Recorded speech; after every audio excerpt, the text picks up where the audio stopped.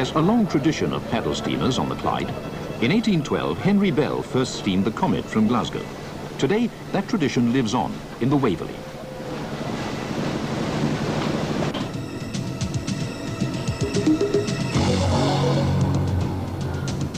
At full speed ahead, her mighty triple cranks still revolve at 50 revolutions per minute, as they did when she was launched back in 1946.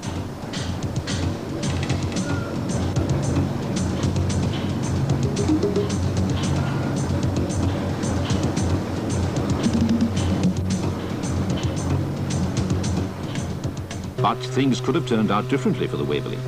When the Paddle Steamer Preservation Society bought her for just £1 in 1973, the intention was to use her as a floating museum and restaurant. However, the decision was taken to try and keep her steaming.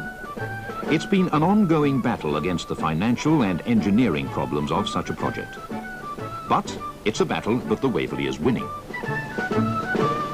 With nearly 250,000 passengers in a good season, it looks as if the sight of a paddle steamer on the Clyde will be with us for many years to come.